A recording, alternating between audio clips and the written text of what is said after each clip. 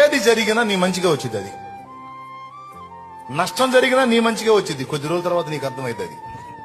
నువ్వు నీ చేతిలోకి రాకుండా ఒకటి జారిపోయినా సరే చివరికి చూసుకుంటే అది నీ మంచిగా వచ్చి ఉంటది. నువ్వు ఫెయిల్ అయినా కూడా నీ మంచిగా వచ్చి ఉంటది. అది నువ్వు పాస్ అయినా నీ మంచిగా వచ్చి ఉంటది.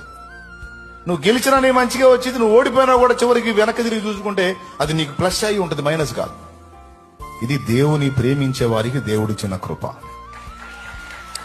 రోమా 8:28.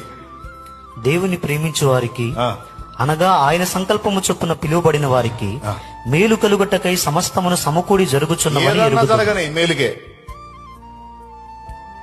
గెలుపు మేలుకే, ఓటమి మేలుకే, నిలకడ మేలుకే, పడినా మేలుకే, నీ ఏడుపు మేలుకే, సంతోషం మేలుకే, నువ్వు పాస్ అయినా మేలుకే, ఫెయిల్ అయినా మేలుకే, గెలిచినా మేలుకే, ఓడినా మేలుకే.